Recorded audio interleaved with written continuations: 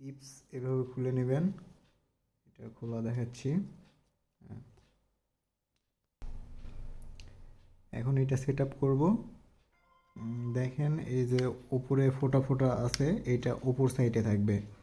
এই যে সুন্দরভাবে দেখাচ্ছি, এটা উপরে থাকবে।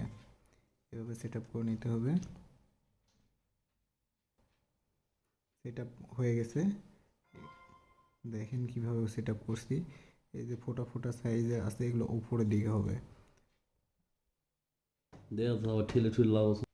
দেখেন লাগাচ্ছে, সেট আপ হয়ে গেছে।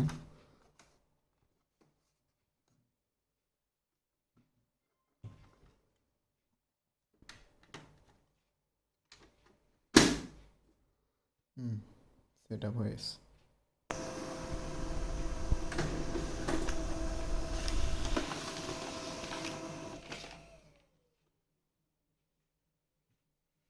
কালো কালো